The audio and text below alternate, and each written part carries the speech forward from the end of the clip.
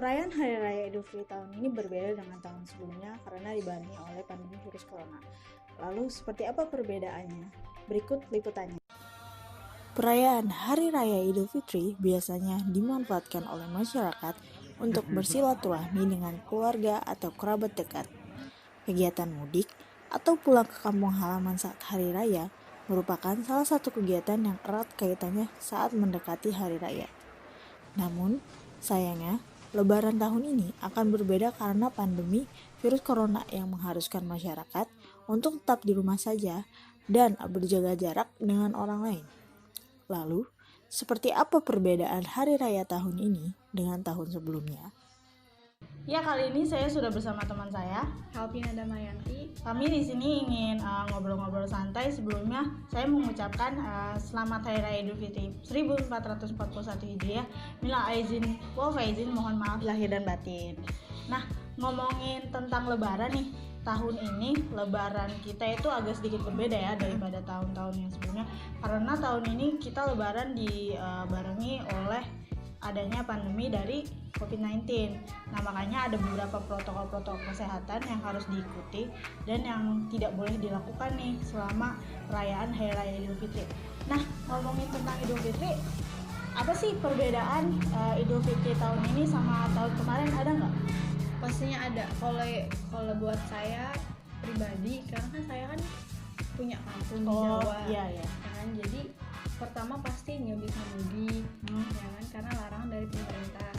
Terus yang kedua, biasanya kalau Lebaran itu kita hari pertama kan ke rumah saudara, silaturahmi. Nah, ini kita cuma mampir ke beberapa tempat rumah aja yang di dekat rumah itu juga. Iya, karena nggak boleh terlalu banyak kontak fisik ya untuk betul. mencegah penyebaran COVID-19 ini lebih luas lagi. Dan juga pemerintah jauh sebelum Lebaran itu udah mengingatkan kepada masyarakat bahwa kita tuh nggak boleh mudik dulu ya tahun ini, karena takutnya kita yang di Jakarta malah menyebarkan virus COVID-19 ke kampung-kampung nanti. Soalnya kan mungkin di kampung-kampung akses kesehatannya kurang lengkap gitu kan, maksudnya pelayanan medisnya kurang, jadi kita takut tidak terkendali di kampung halaman sana gitu.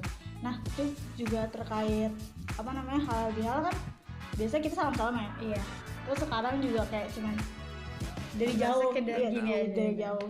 Terus juga soal sholat Idul Fitri kita juga ada jaga jarak. Sebenarnya nggak boleh sholat Idul Fitri. Misalnya sholat Idul Fitri kan disunahkan. Jadi untuk tahun ini nggak ada dulu, nggak apa-apa, di masjid-masjid juga udah dilarang. Tapi kalaupun mau melaksanakan sholat Idul Fitri, kita dianjurkan untuk sholat di rumah dan tetap melaksanakan protokol kesehatan yang ada seperti jaga jarak dan juga tetap pakai masker ya. Iya, betul. Ya, kalau Pina sendiri sholat Idul Fitri nggak di sini? Tapi sholatnya di rumah, pakai masker juga. Di rumah tetap menjalankan protokol kesehatan yang ada ya. Saya juga sholat Idul Fitri di rumah aja gitu. Tapi bukan di rumah masing-masing gitu sama imam di rumah, tapi kita di luar rumah, terus ada imam yang mimpin gitu, jadi kayak tetap di masjid dengan di depan rumah gitu, tetap dipimpin sama satu imam, jadi kayak tetap di masjid sama terus, sholatnya. Iya, cuma beda tempatnya. Iya, beda tempatnya aja di rumah masing-masing. Terus juga tetap jaga jarak, kita juga tetap pakai masker. Terus juga setelahnya halal bihalalnya kayak nggak ada salam-salaman, cuman dari jauh gitu aja. Karena untuk mencegah penyebaran virus corona atau COVID-19. Nah, harapannya apa nih setelah merasakan Lebaran yang tahun ini beda banget sama Lebaran tahun kemarin? Harapannya pastinya yang pertama pengennya coronanya udah semoga cepat selesai, cepat beres ya, biar kita juga bisa melaksanakan aktivitas seperti biasa lagi. Betul, apalagi kan semenjak ada ini keganggu banget aktivitas kayak orang berjualan, orang bekerja ya kan, banyak yang di PHK, banyak yang nganggur. Iya, kita kuliah juga keganggu. Iya, belajar online gak fokus. Iya. Jadi banyak semuanya yang kehambat. Jadi harapannya cuma biar corona ini cepat kelar aja. Ya, semoga selanjutnya kita nggak ngerasain kayak gini lagi ya, gitu maksudnya. Biar virus corona cepat hilang dan kita bisa beraktivitas seperti biasanya lagi. Ya, sekian dari saya. Berbicara tentang kuliner malam, pasti banyak ragamnya.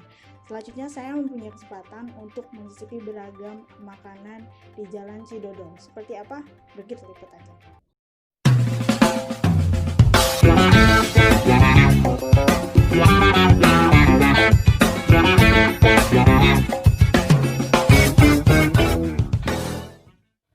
Oke, jadi hari ini kita mau icip-icip makanan. Ini di depan saya udah ada 3 jenis makanan. Ini yang pertama ada tahu jutek.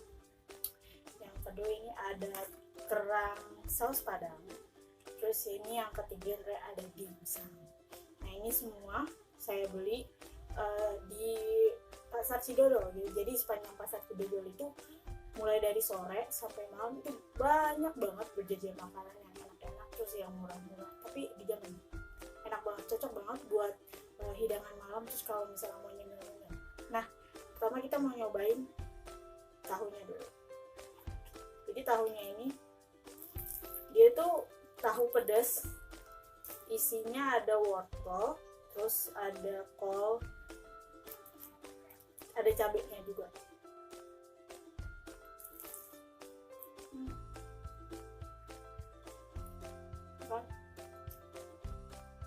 Itu favorit saya banget karena itu pedasnya kayak pas banget, kayak gurih, pedas, asin, pokoknya enak banget.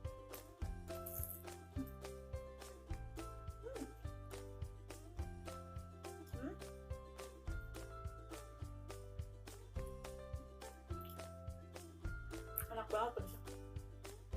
Kalau pas kita gitu juga kayak crunchy gitu, terus lembut juga karena tahunya di dalam.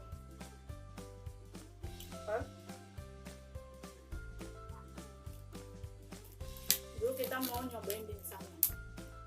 Dimsumnya ada yang wortel, rasa wortel, terus ini rasa apa ini, rasa jamur. Ini ada rasa ayam sama kita mau nyoba yang mukbang dulu.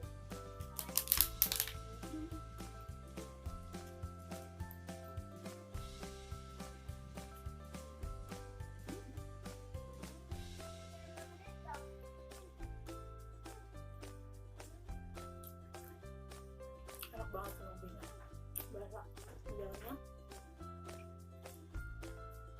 harus mau pisah juga, jadi nggak cuma hiasan di atasnya aja. Enak banget rasanya. Itu makanan favorit saya banget, tiga-tiga. Tahu, terus ada dimsum. Yang terakhir kerang.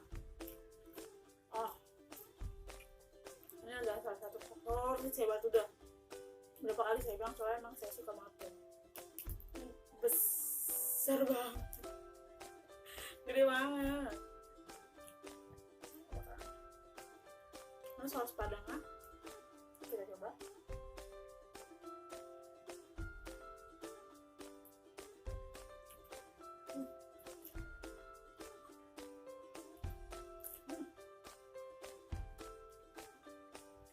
Saus padangnya tuh kayak pedes banget, segar banget pedesnya. Itu masih ada cabai-cabainya di sini, terus ada bawang bombay. Tadi sempet nyendok di sausnya juga, jadinya kayak garing gitu, crunchy gitu. Bawang bombay tau kan kayak keras gitu. Terus lihat kerangnya ini gede banget, gede banget kan. Terus kalau misalnya dari kerangnya sendiri, dia tuh nggak amis, karena kebanyakan kerang tuh kan biasanya amis. Saya pribadi tuh nggak suka sama kerang, tapi karena ini kerangnya tuh nggak amis, jadinya saya suka. Beneran nggak amis dan enak banget soalnya. Enak banget. Coba tahunya dicoba sama saya. Jadi dia tuh sausnya nggak cuma saus padang doang, tapi ada varian lain, yaitu ada lada hitam. Tapi kesukaan saya tuh yang saus padang, soalnya pedes banget. Kalau kalau yang lada hitam tuh kayak dia pedesnya nyelkit di tenggorokan. Kalau ini enggak.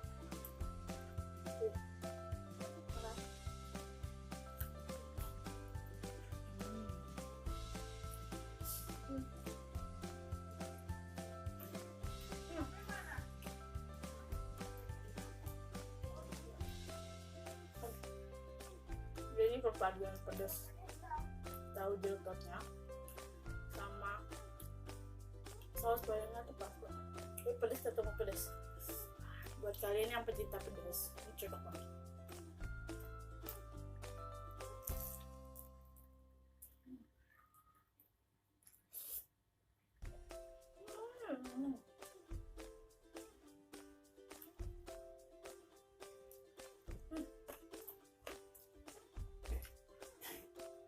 Pedas banget sama mama. Mau nyobain sama pakai saus.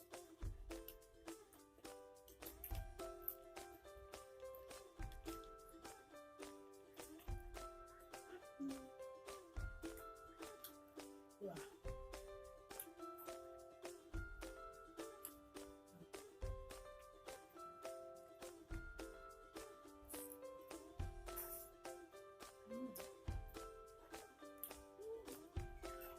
Enak banget sausnya.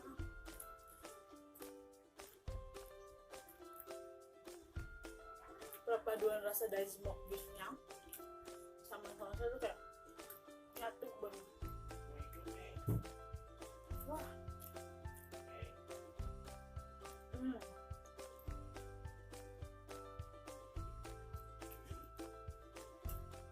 Nah itu tadi saya udah nyicipin 3 ini dari tahu jeltot, terus ada dimsum, terus sama sekarang saus padang. Nah kalau kalian misalnya tertarik nih sama 3 makanan ini, kalian datang aja nih ke Jalan Panjang Sidodol. Nah di sepanjang jalan itu tuh banyak banget varian makanan yang bisa kalian cobain selain 3 ini. Ada juga kebab, terus ada dongkal, dari yang manis sampai yang pedas gurih tuh banyak banget, bervariasi banget. Cari padang ada, pokoknya apa aja ada deh. Kalau kalian penasaran, tinggal datang aja.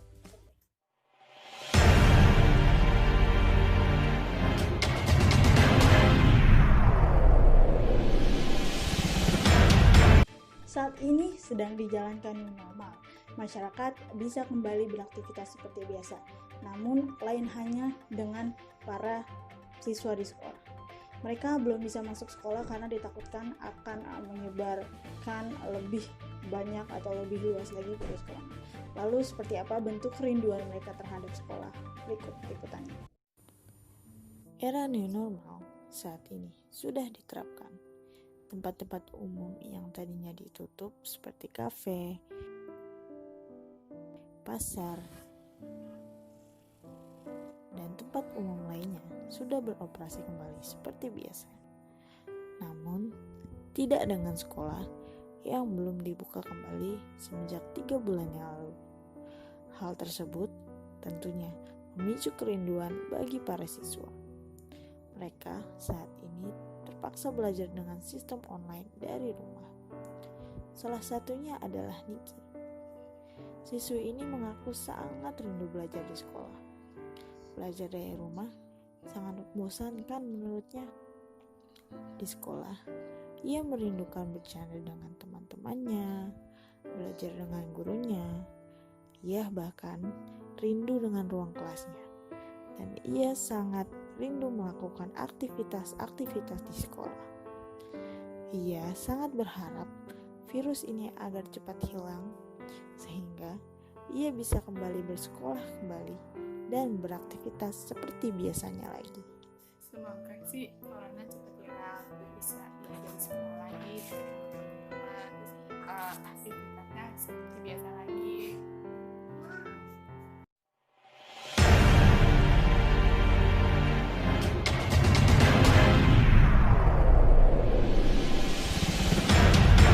Di tengah pandemi seperti sekarang ini, seharusnya protokol kesehatan menjadi prioritas nomor 1 bagi masyarakat.